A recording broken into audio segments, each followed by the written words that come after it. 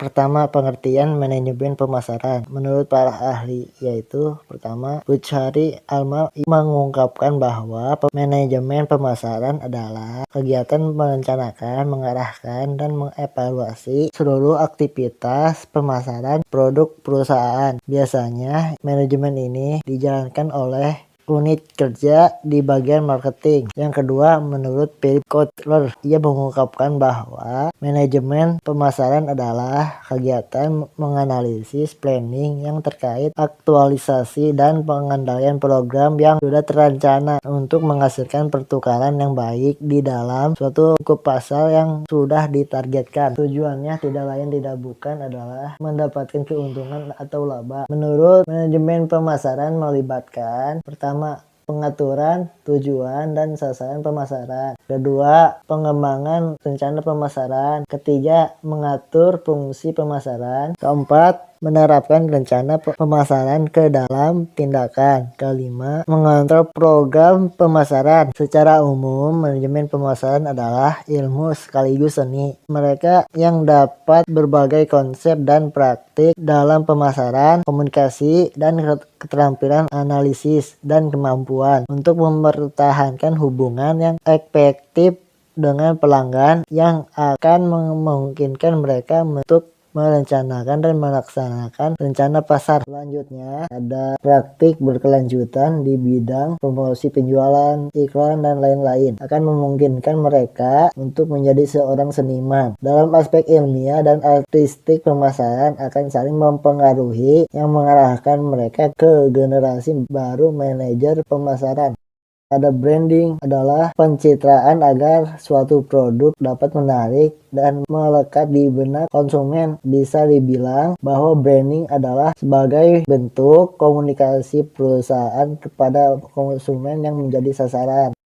Strategi adalah pendekatan secara keseluruhan yang berkaitan dengan gagasan, perencanaan, dan sebuah aktivitas dalam waktu tertentu. Selanjutnya ada opportunity, adalah peluang perusahaan untuk meningkatkan daya saing serta untuk menciptakan inovasi-inovasi yang baru dalam penemuan kebutuhan produk yang berkualitas di pasaran. Selanjutnya ada research. Menurut kamus Merriam-Webster adalah pemeriksaan yang teliti, terutama di investasi atau eksperimen yang bertujuan untuk menemukan dan menafsirkan fakta, revisi teori atau hukum yang telah ada berdasarkan fakta yang baru, atau penerapan praktik baik itu teori maupun hukum yang baru dan telah ada sebelumnya. Selanjutnya ada customer, organisasi atau orang yang membeli suatu produk atau jasa dari suatu toko maupun bisnis tertentu. Selanjutnya ada inovasi, suatu ide, kejadian, metode yang disarankan atau diamati sebagai suatu hal yang baru bagi seseorang atau kelompok masyarakat, baik itu berupa hasil inovasi maupun discovery. Advertising adalah sebuah upaya untuk menarik perhatian pelanggan atau klien melalui pesan atau yang subversif dalam bentuk gambar, video, maupun kata-kata yang mengenai produk atau layanan yang ditawarkan. Selanjutnya ada solusi, cara atau jalan yang digunakan untuk memecahkan atau menyelesaikan masalah tanpa adanya tekanan. Menurut Munif Chatib tahun 2011. Yang terakhir ada konsep, suatu gambaran umum yang bersifat abstrak dari situasi, objek, atau peristiwa, dan suatu akal pikiran, suatu ide atau gambar mental. Suatu konsep adalah bagian dari patokan. Selanjutnya, saya akan menjelaskan tentang konsep manajemen pemasaran. Sebagai falsafah bisnis, konsep pemasaran bertujuan memberikan kepuasan terhadap keinginan dan kebutuhan konsumen atau berorientasi pada konsumen atau consumer orient. Adapun beberapa pengertian dari beberapa tokoh tentang konsep pemasaran. Menurut swasta, konsep pemasaran adalah sebuah falsafah bisnis yang menyatakan bahwa pemuasan kebutuhan konsumen merupakan syarat ekonomi dan sosial bagi kelangsungan hidup perusahaan. Sedangkan definisi lain menyatakan bahwa konsep pemasaran adalah menjadi lebih efektif dari para pesaing dalam memadukan kegiatan pemasaran guna menetapkan dan memuaskan kebutuhan dan keinginan pasar sasaran. Ada konsep pemasaran yang mendasari cara perusahaan melakukan kegiatan pemasarannya, yaitu 1. Konsep berwawasan produksi. Konsep ini berpendapat bahwa konsumen akan memilih produk yang mudah didapat dan murah harganya sehingga fokus utamanya adalah meningkatkan efisiensi produksi dan memperluas cakupan distribusi. Kedua, konsep berwawasan produk. Konsep ini berpendapat bahwa konsumen akan memilih produk yang menawarkan mutu, kinerja terbaik, dan hal-hal inovatif lainnya sehingga fokus utamanya adalah membuat produk yang lebih baik dan berusaha terus-menerus untuk menyempurnakannya. Ketiga, konsep berwawasan penjualan. Konsep ini berpendapat bahwa kalau konsumen dibiarkan saja, maka konsumen tidak akan membeli produk perusahaan dalam jumlah cukup. Oleh karena itu, perusahaan harus melakukan usaha penjualan dan promosi yang agresif. 4. Konsep berwawasan pemasaran. Konsep ini berpendapat bahwa kunci untuk mencapai tujuan organisasi terdiri dari penentuan kebutuhan dan keinginan pasar, sasaran, serta memberikan kepuasan yang diinginkan secara lebih efektif dan efisien dari para pesaingnya. Konsep ini didasarkan pada 4 sendi utama, yaitu pasar sasaran, kebutuhan pelanggan, pemasaran yang terkoordinasi, serta keuntungan. 5. Konsep berwawasan pemasaran bermasyarakat. Konsep ini berpendapat bahwa tugas perusahaan adalah menentukan kebutuhan dan keinginan serta kepentingan pasar sasaran dan memenuhinya dengan lebih efektif dan efisiensi daripada pesaingnya dengan cara mempertahankan atau meningkatkan kesejahteraan konsumen dan masyarakat. 6. Konsep kebutuhan. Kebutuhan merupakan konsep pokok yang melandasi pemasaran. Menurut Kotler, kebutuhan merupakan suatu keadaan yang dirasakan tidak ada dalam diri seseorang atau dengan kata lain, suatu keadaan merasa tidak memiliki kepuasan dasar tertentu. Kebutuhan bersifat sangat kompleks di antaranya 1. Kebutuhan fisik pokok atau sandang, pangan, dan papan. Kedua, kebutuhan sosial atau keamanan, kasih sayang. Ketiga, kebutuhan pribadi atau pengetahuan dan ekspresi diri. Jadi, dapat dikatakan kebutuhan tidak diciptakan oleh pemasar karena sudah merupakan kondisi manusiawi. 7. Konsep keinginan. Keinginan merupakan kebutuhan manusia yang dibentuk oleh budaya dan kepribadian individu.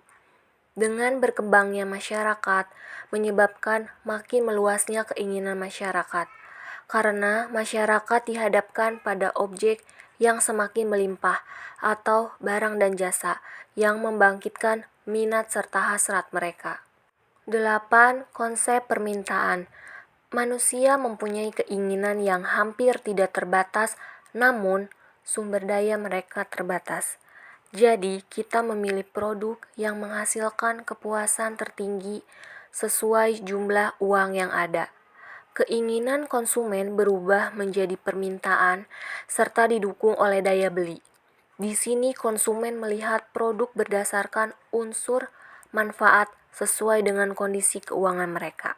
9. Konsep pertukaran.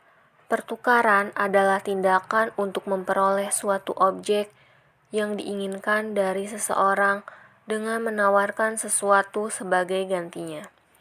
Pertukaran dapat dilakukan dalam berbagai bentuk dan syarat-syarat untuk terjadinya suatu pertukaran. Syaratnya yakni harus ada sedikitnya dua pihak.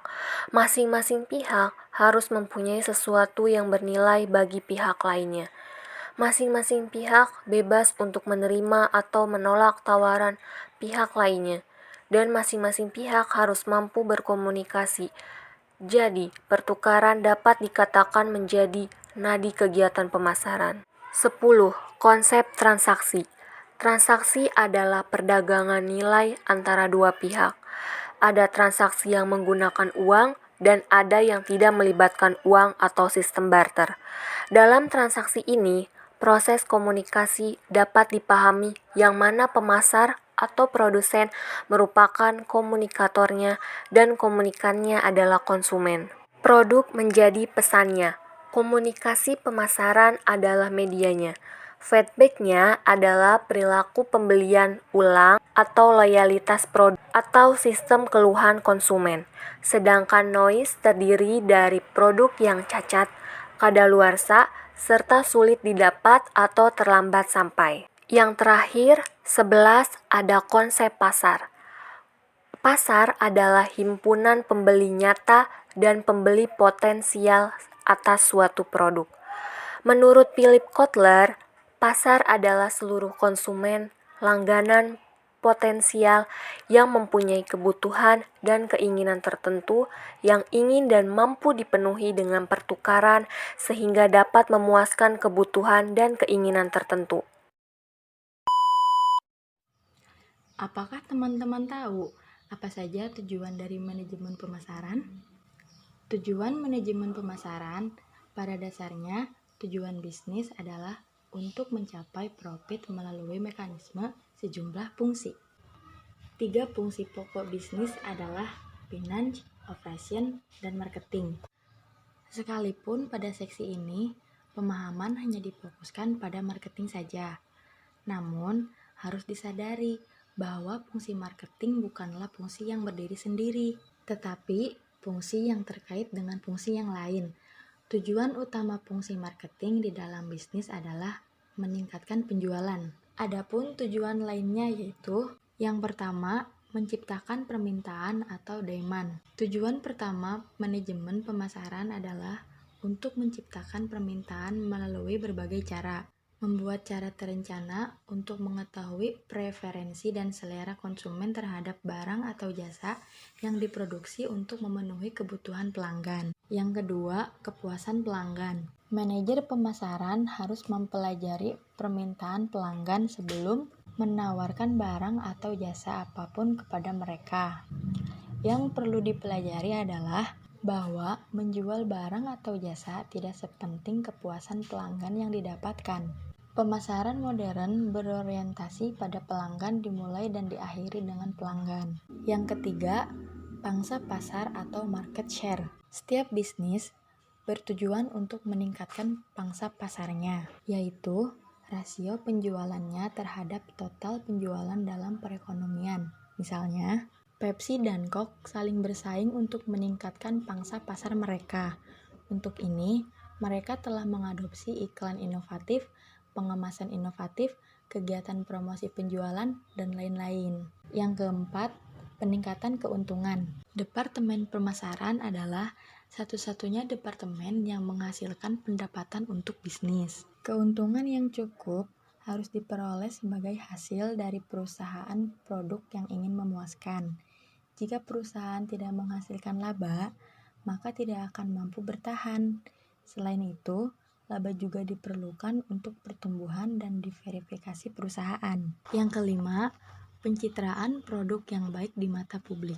Untuk membangun citra produk yang baik di mata publik adalah tujuan manajemen pemasaran lainnya. Jika Departemen Pemasaran menyediakan produk-produk berkualitas kepada pelanggan dengan harga yang wajar, tentunya akan menciptakan citra yang baik pada pelanggan. Yang keenam, menciptakan pelanggan baru. Menciptakan pelanggan baru berarti mengeksplorasi dan mengidentifikasi kebutuhan pelanggan secara lebih luas.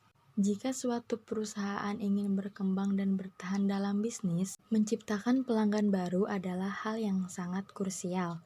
Anda harus menganalisis dan memahami keinginan mereka. Dan yang terakhir, memuaskan pelanggan. Menciptakan pelanggan baru tidak cukup.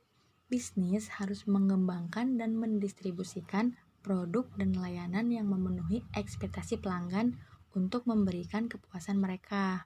Jika pelanggan tidak puas, bisnis tidak akan dapat menghasilkan pendapatan untuk memenuhi biaya dan untuk mendapatkan pengembalian modal yang wajar. Pelanggan yang puas bukan berarti hanya membeli produk karena sesuai dengan kebutuhan pelanggan. Mereka juga akan melakukan rekomendasi pada orang-orang terdekat mereka. Ini berarti produk Anda akan lebih dikenal banyak orang.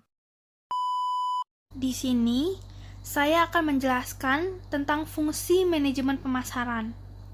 Yang pertama, yaitu fungsi strategi pemasaran. Fungsi ini terdiri dari 4 fungsi, di antaranya adalah yang pertama adalah meningkatkan motivasi pengembangan bisnis. Di fungsi ini, bagaimana caranya agar menciptakan peluang dengan strategi pemasaran yang efektif? Perusahaan bisa menggebrak pasar dengan inovasi terbaru, sehingga kondisi ini membuat konsumen yang awalnya merasa tidak butuh membeli sesuatu menjadi tergerak untuk membeli. Inovasi tidak bisa datang begitu saja. Dibutuhkan tim khusus di dalam perusahaan yang fungsinya adalah melakukan survei pasar, apa yang konsumen butuhkan saat ini, dan di saat mendatang bisa menjadi acuan Anda untuk mengembangkan bisnis menjadi lebih besar. Contoh kecilnya adalah konsumen sebenarnya tidak perlu mengganti handphonenya setiap tahun, namun dengan strategi pemasaran yang tepat akan meyakinkan konsumen bahwa handphone terbaru adalah solusi dari permasalahan yang dihadapi. Yang kedua, yaitu membuat koordinasi tim lebih efektif. Dengan adanya strategi pemasaran, koordinasi tim menjadi lebih baik dan terarah untuk mencapai tujuan yang sama.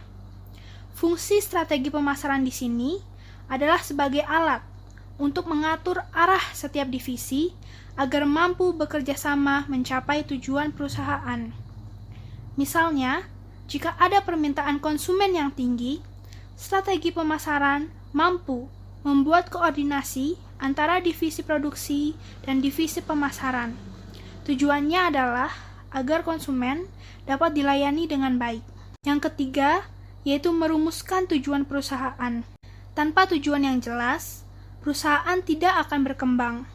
Disinilah fungsi strategi pemasaran yang krusial, yaitu menentukan tujuan perusahaan secara jelas.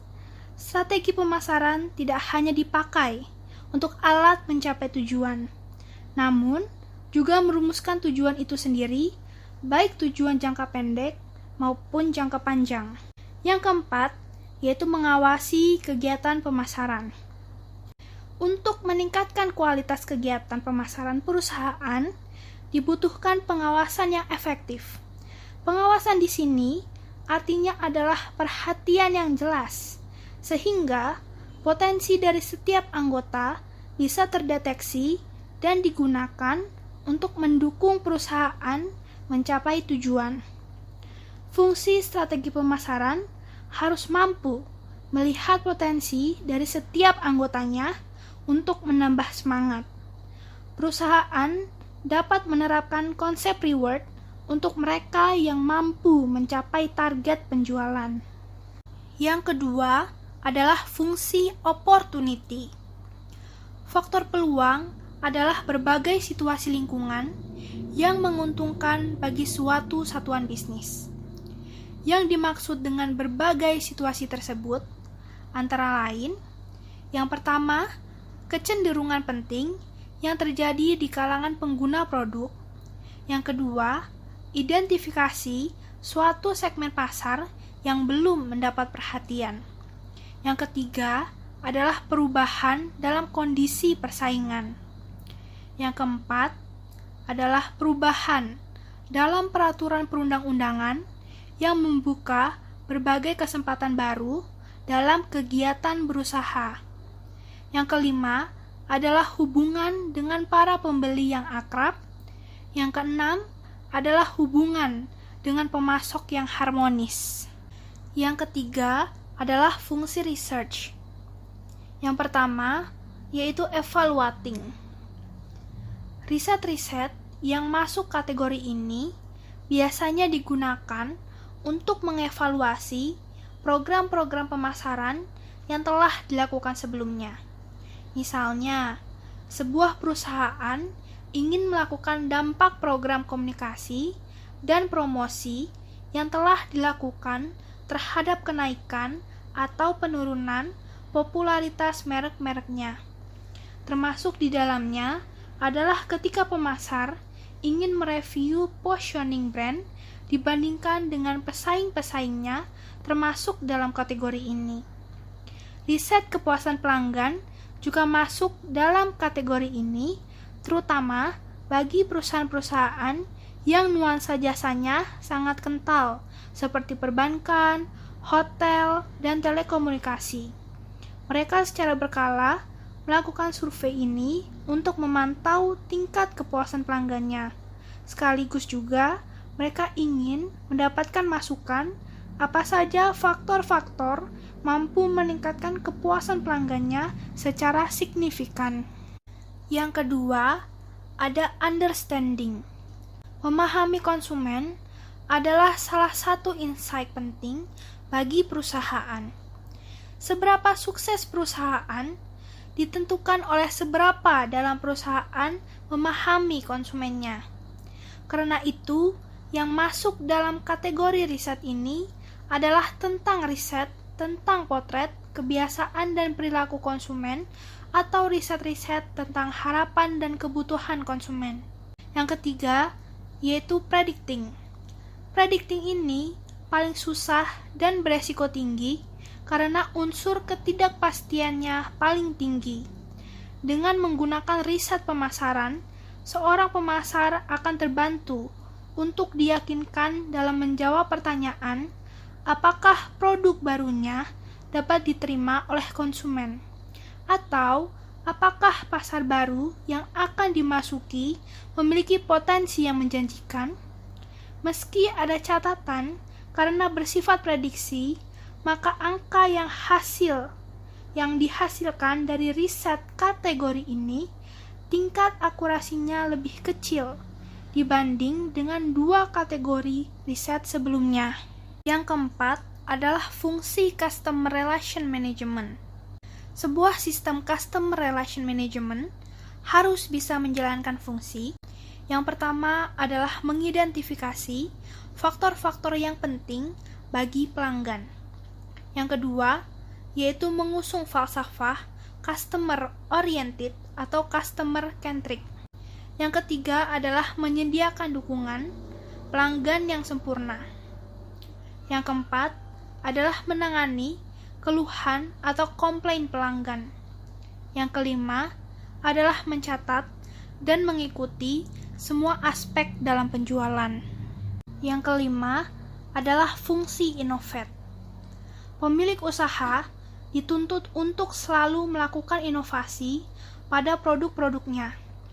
Hal ini karena inovasi pada barang dapat berfungsi sebagai bagian dari strategi pemasaran untuk menarik semakin banyak pelanggan. Inovasi yang diterapkan pada sebuah produk dapat menarik minat masyarakat untuk mencoba menggunakan barang tersebut. Inovasi juga berfungsi agar pemilik usaha tidak tergulung oleh arus perkembangan yang ada saat ini. Perkembangan zaman akan menuntut pemilik usaha untuk terus berinovasi sehingga dapat terus bertahan. Berbagai produk yang tidak bisa berinovasi menurut perkembangan zaman akan perlahan ditinggalkan oleh para pelanggan dan mati. Contohnya adalah telepon rumah yang tergeser oleh telepon seluler. Yang keenam adalah fungsi advertising. Adapun beberapa fungsi utama dari kegiatan advertising atau periklanan yang diantaranya sebagai berikut. Yang pertama, yaitu sebagai sumber informasi. Dengan iklan, dapat membantu masyarakat untuk memilih alternatif produk yang lebih baik atau yang lebih sesuai dengan kebutuhannya. Artinya, iklan dapat memberikan informasi yang lebih banyak daripada yang lainnya, baik tentang produknya, distribusi, atau tempat pembeliannya, atau informasi lain yang mempunyai kegunaan bagi masyarakat. Yang kedua, yaitu sebagai kegiatan ekonomi. Periklanan mendorong pertumbuhan perekonomian karena produsen didorong untuk tetap memproduksi dan memperdagangkan produk untuk melengkapi kebutuhan masyarakat yang terus berkembang. Yang ketiga, yaitu pembagi beban biaya. Periklanan membantu terciptanya skala ekonomi yang besar bagi setiap produk, sehingga menurunkan biaya produksi dan distribusi per unit atas produk tersebut, dan pada akhirnya memurahkan harga jualnya kepada masyarakat. Yang keempat adalah sumber dana media. Periklanan merupakan salah satu sumber dana media yang menunjang media untuk tetap eksis.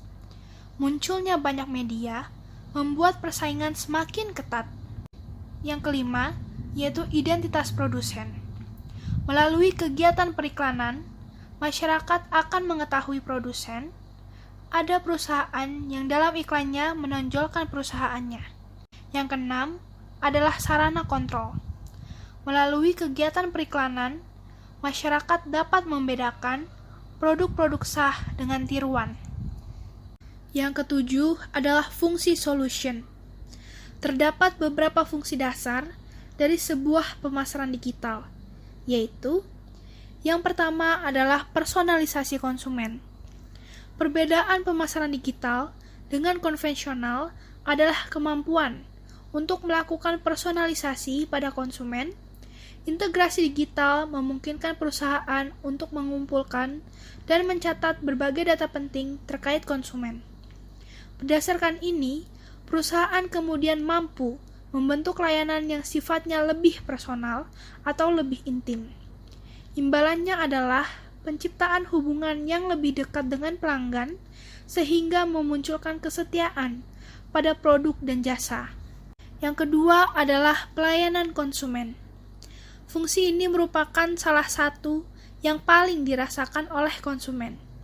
Kemampuan perusahaan untuk menyediakan layanan selama 24 jam tanpa henti adalah hal yang membantu meningkatkan kepercayaan dan kepemilikan konsumen terhadap sebuah produk ataupun jasa. Tanpa adanya pemasaran digital, pelayanan konsumen yang prima akan sulit untuk didapatkan. Yang ketiga adalah privasi konsumen. Penjagaan data-data penting yang diserahkan konsumen kepada pihak perusahaan adalah sebuah keharusan. Perusahaan memiliki tanggung jawab penuh untuk menjaga semua rahasia konsumen dan pantang untuk digunakan tanpa persetujuan tertulis. Inilah yang kemudian diwujudkan dalam pemasaran digital.